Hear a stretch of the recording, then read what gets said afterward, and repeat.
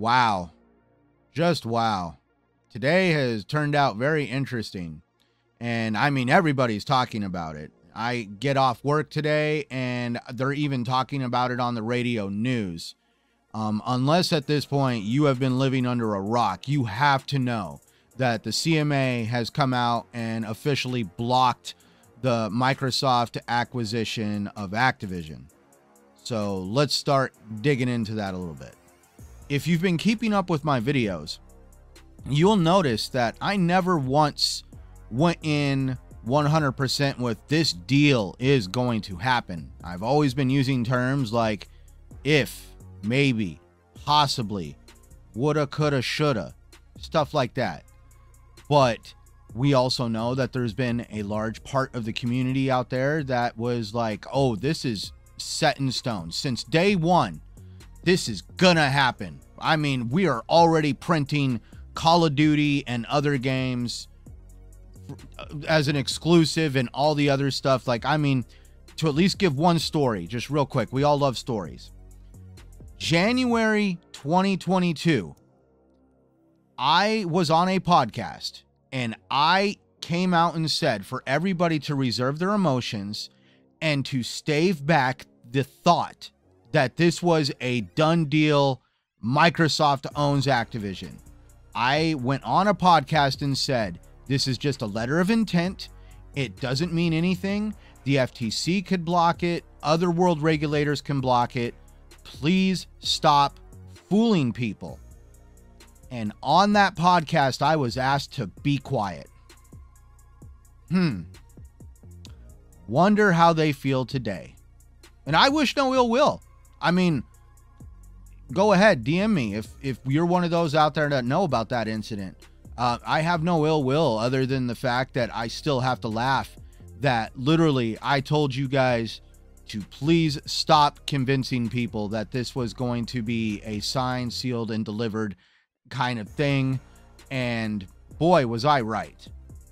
And just to kind of go away from that. So obviously the deal has been blocked. The CMA had us all fooled. I actually started going into some of the FOMO, into believing that this deal was going to be possible. I really had high hopes.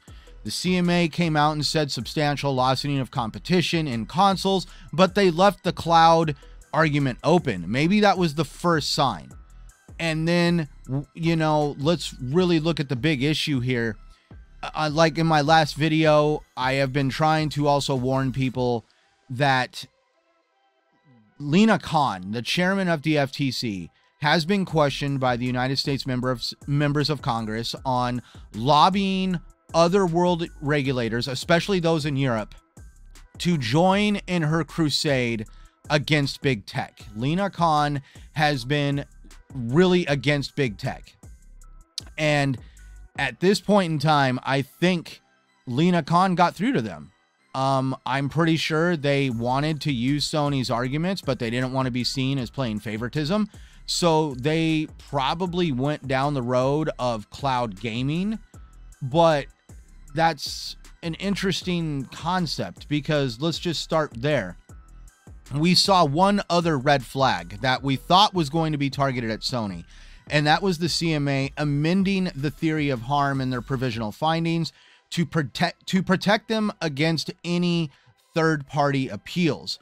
And we thought they were doing that to stop Sony from appealing their decision to support Microsoft. But we now see clearly that appeal, I mean, that whole mitigating appeal process of the theory of harm was really to stop Microsoft. I know everybody's talking about that there's going to be an appeal process, but let's just be honest, that's going to be a long, lengthy process that I am really concerned, and I don't want to fool people into having high hopes because like it's called the Consumer Affairs Tribunal, CAT, and the only thing they can do is ask the CMA to reevaluate their findings, and they have a long history of, for starters, not really allowing the appeals process, and when they do, the CMA still gets the final decision at the end of the day, and a lot of times the CMA has not reversed their decision. They have just been told to go back with new evidence, and the CMA still comes back with the same conclusion. So, but now bringing up the whole idea that the CMA was trying to protect the cloud market. The cloud market is extremely small. We now know, we have seen that a lot of players have tried to go in, like Google Stadia, didn't really, it's not very successful at all. They got the hell out. We have Amazon Luna. Nothing groundbreaking there. I know there is some stuff there to have a couple discussions about, but there is nothing to write home to mom about. And we all know that Microsoft has been using cloud gaming through xCloud, whatever you want to call it, as like a supplement for Game Pass, like an add-on. It's not its own standalone service. So in the end, by trying to protect the growth of cloud gaming, we are probably going to see cloud gaming get stunted at this point, because the CMA has absolutely no idea what they're talking about. And that's one of the reasons why they have this theory of harm in there, is to protect them from any recourse on them not knowing what they're talking about. And it's going to get even worse, because now the CMA has decided to block Microsoft, embarrassing them, like it was said in that article from Skynet News. Excuse me, from Sky News, not Skynet. Skynet's trying to take over the world. Anyways, so with Sky News saying that Microsoft was going to be embarrassed, the CMA has just caused a big monkey wrench in the tech industry and other industries that were emerging in the UK. The UK came out about January of this year talking about how they wanted to be the next Silicon Valley of Europe, and they really wanted to help support tech growth and other industry growth in the United Kingdom to create jobs and other forms of economic growth for the United Kingdom. Well, nothing like shooting down one of the biggest tech acquisitions in a long time and now expecting them to want to play ball. The best example that I've been able to come up with is like here in Arizona, we have recreational marijuana use. Could you imagine them coming out telling all the marijuana growers of the United States to come here and, you know, you'll be taken care of, you'll be safe, don't worry, it won't be a big deal, we would love to help growth, expand, make money. And then they go down the road of, just before them showing up, they have one of the biggest, they have like the Arizona sheriffs go in and make one of the biggest marijuana busts in Arizona history. I don't see them flocking into Arizona, just like I don't see any tech industry or other big companies wanting to flock into the United Kingdom, because at the end of the day, these industries now see the CMA and other UK regulators as a closed door. They don't want to have any growth in an economy that looks like they will inhibit their growth if by some chance they take any kind of a political stance. And that's where Activision has already come out and made statements saying that they are going to reconsider their future growth and development in the United Kingdom. And I could probably see Microsoft doing that as well. So all that money that could have been generated over in the United Kingdom, all those jobs that could have been created as a result of expanding into the United Kingdom, it's not going to happen now. And it just doesn't stop there. The industry has been fundamentally affected by this deal. All of gaming will be changed from this point forward, whether people want to accept it or not.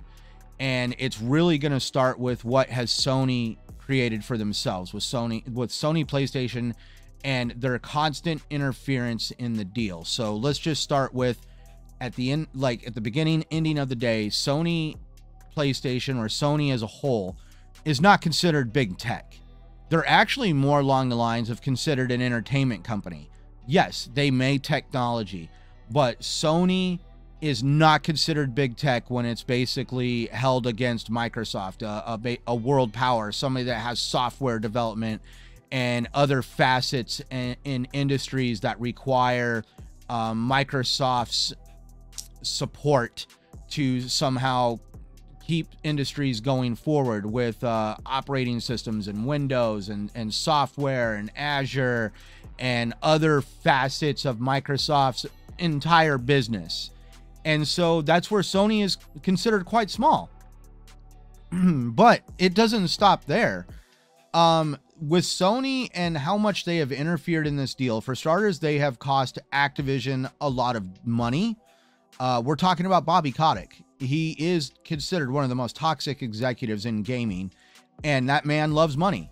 He has the golden parachute, as it's said, and Sony just cost him a lot of money. You think Bobby Kotick is going to go give Jim Ryan a hug? No. Do I really see Activision's relationship with Sony being changed in the future? Yes, we already see that with Diablo, the marketing for Diablo already being handed over to Microsoft. Call of Duty's marketing agreements run out in a few years. Could we potentially see Microsoft end up with that marketing agreement? Probably more than likely.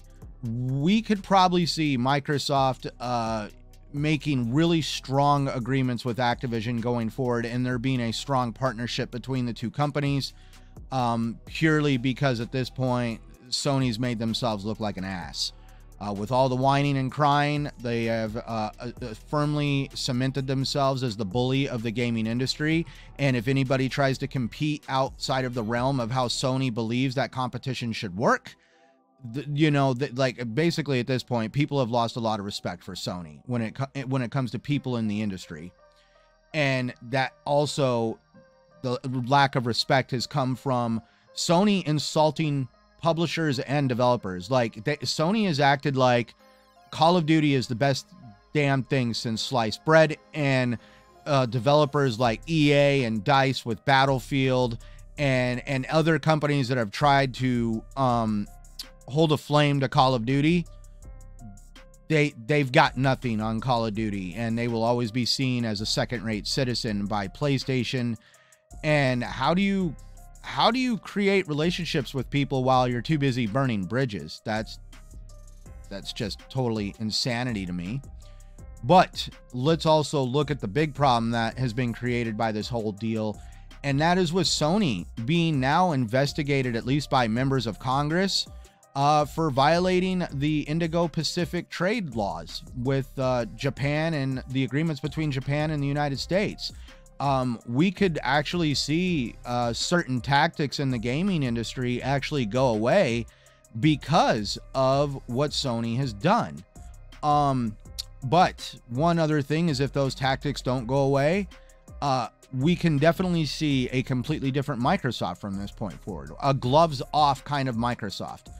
For starters, Satya Nadella probably feels a certain way about how this deal has gone. And let's talk about Phil Spencer. Phil Spencer is a really nice, in my opinion, timid guy, very respectful.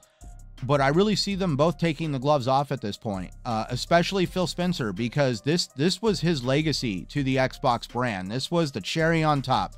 After all the trials and tribulation, blood, sweat, and tears that Phil Spencer has put into reestablishing the Xbox brand as a viable branch of the Microsoft tree of companies.